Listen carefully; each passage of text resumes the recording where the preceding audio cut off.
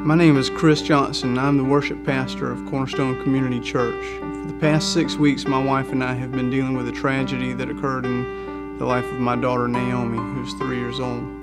On May the 20th, she drowned. My wife and I have been in and out of intensive care units, first in Columbia, South Carolina, and now in Charlotte, North Carolina, with Naomi. When Naomi first went to the hospital, she had a breathing tube and ventilator.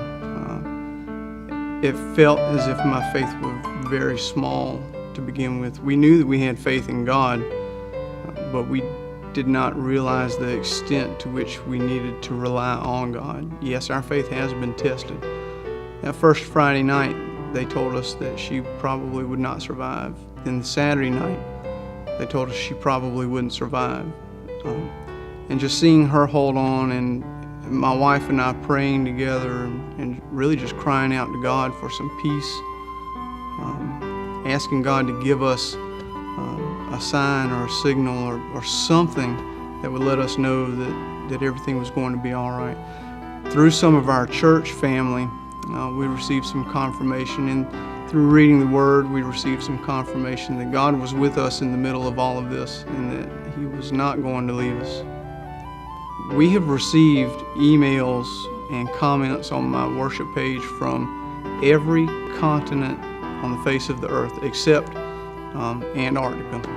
There are churches in China, New Zealand, Australia, Brazil, Italy, Spain, churches literally all over the world, Liberia, and all over the United States as well. We've had people comment to us that their faith has been strengthened just by witnessing Naomi's healing. People in my own family that had been struggling for some time with issues with God,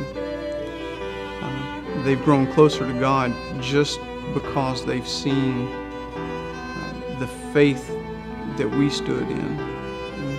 I'm really not trying to make it seem like we're spiritual giants, because like I say, at times it felt like my faith was small.